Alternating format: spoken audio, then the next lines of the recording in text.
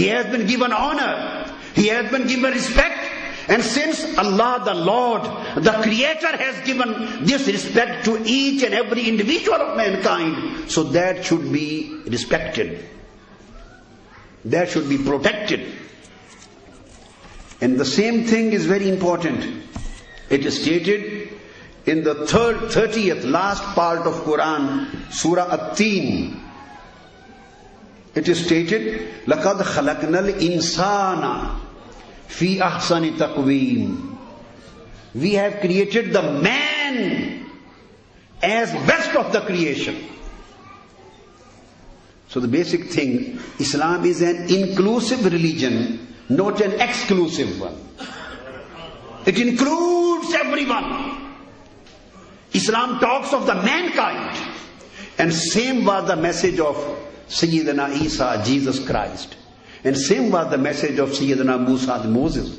Same was the message of Ibrahim. Same was the message of Ishaq. Same was the message of Ismail. Same was the message of Yaqub. Same was the message of Yusuf. And same was the message of all Dawood and Sulaiman. All prophets who were raised to the mankind. Message is same. And the latest edition of the divine message, which used to be revealed to the prophets, fulfilling the needs of their time, same message in its final and latest form and edition was revealed to Prophet of Islam, Muhammadur Rasulullah. And this latest edition of the same message and divine guidance is known as Islam. So I think there should be no discrimination as far as this aspect is concerned.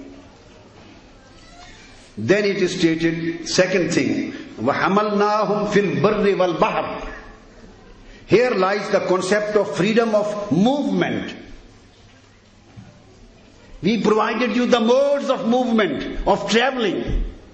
Here lies the right of the freedom of movement. Then it is stated, وَرَزَقْنَاهُمْ مِنَ الطَّيِّبَاتِ. Here lies the right of freedom of economic earnings. To generate economic resources for you, and to earn, and to possess money and wealth and property. And the next message which Islam and Quran gives and Prophet of Islam gives, that is human equality. It is stated when he was addressing a congregation of his last pilgrimage, and in fact through the companions present there, he was addressing the whole of mankind, and he was addressing the whole of humanity. He was addressing the whole world of mankind when he was saying, and he was issuing a new world order.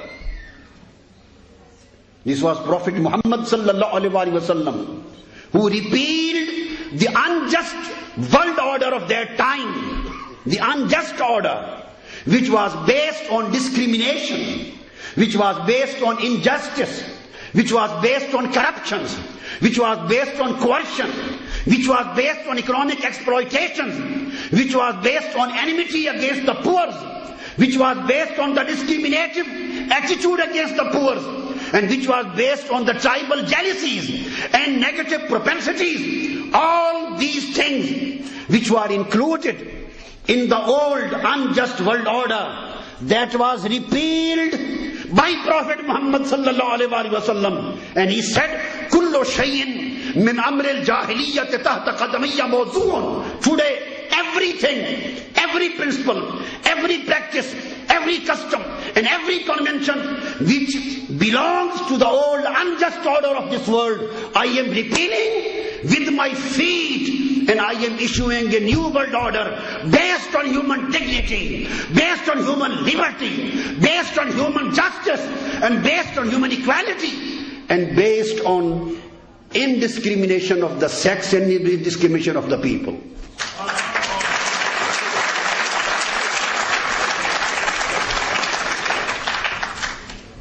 Holy Prophet said, he announced, Ya Yuhannas, La ala inna rabbakum wahidun. وَإِنَّ أَبَاكُمْ وَاحِدٌ أَلَا لَا فَضْلَ لِعَرَبِيٍّ عَلَى عَجَمِيٍّ وَلَا لِعَجَمِيٍّ عَلَى عَرَبِيٍّ وَلَا لِأَحْمَرٍ عَلَى أَسْوَدٍ وَلَا لِأَسْوَدٍ عَلَى أَحْمَرٍ إِلَّا بِالتَّقْوَى إِنَّ أَكْرَمَكُمْ عِنْدَ اللَّهِ أَتْقَاكُمْ. It was stated by Prophet sallallahu alaihi wasallam that, O mankind, and it would be very interesting point to understand that thing, who were the first addressees of the Holy Prophet? Who were the people standing in front of him as his first audience? We were the audience afterward. All human generations were his audience in later times. But who were the immediate audience of Prophet of Islam, who were standing in front of him? They were the Arabs. Those who were grown up in the pagan Arab society. Those who used to believe in these kind of superiorities. Those who used to believe in discriminations of race, color and tribes. They were the direct addressees present in front of him, and he was talking to them, and through them he was talking to us. He was saying, no, believe me, that the Lord of all of the mankind, the human beings, is one, and Father of all of the human beings is one. From today there would be no superiority for any white over black, and no superiority would be available to any black over the white. No superiority would be available to any red to the white, and no superiority would be available to the white over the red, means brown.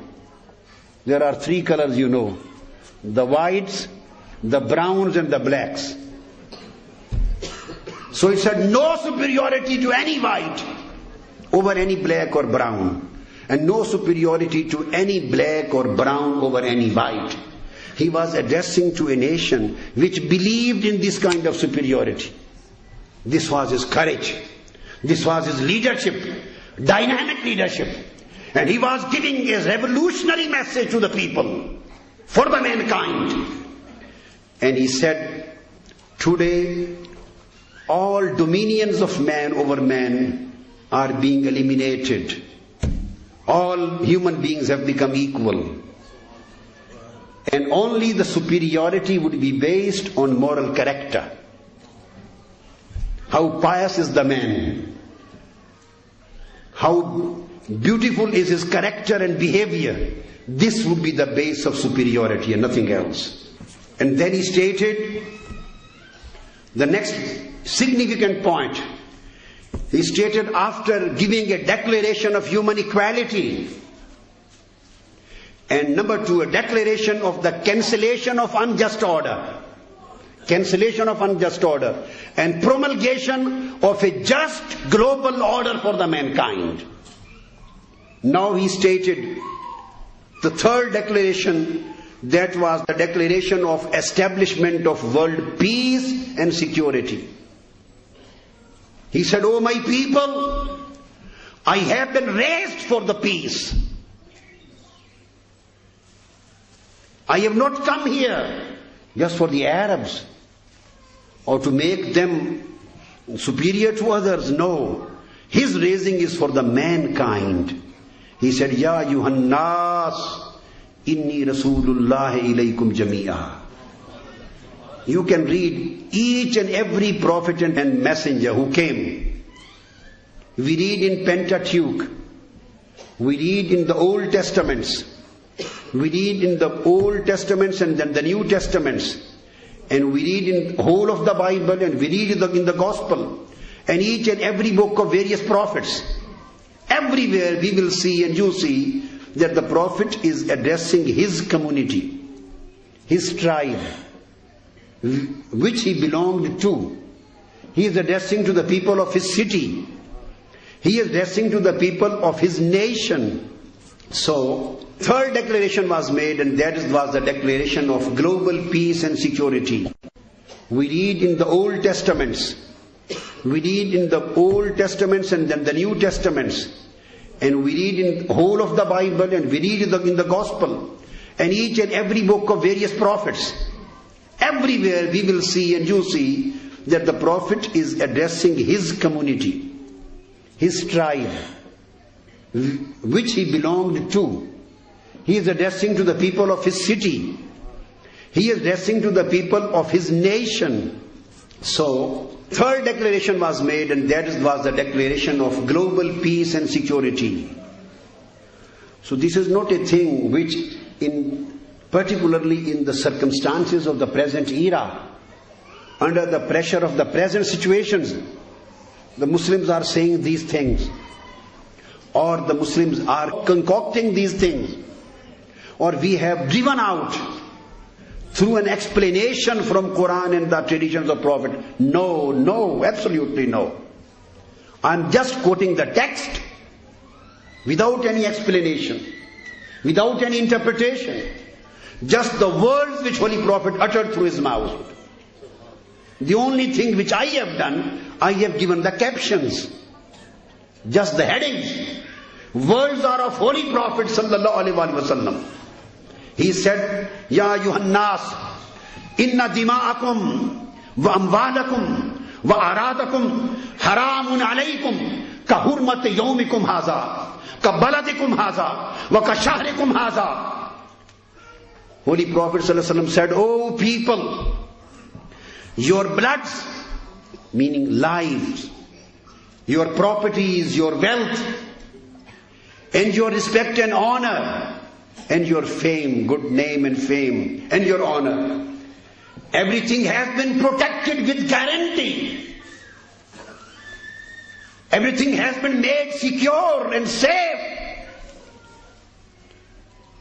And it has been its sanctity of the human life, sanctity of human honor, and sanctity of human wealth, these rights, sanctity of all these fundamental human rights has been made similar to the sanctity of Kaaba, the house of God.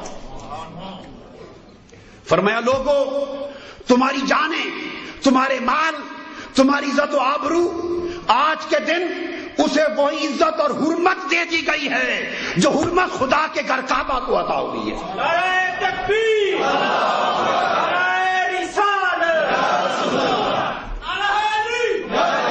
Can anybody imagine that human dignity, human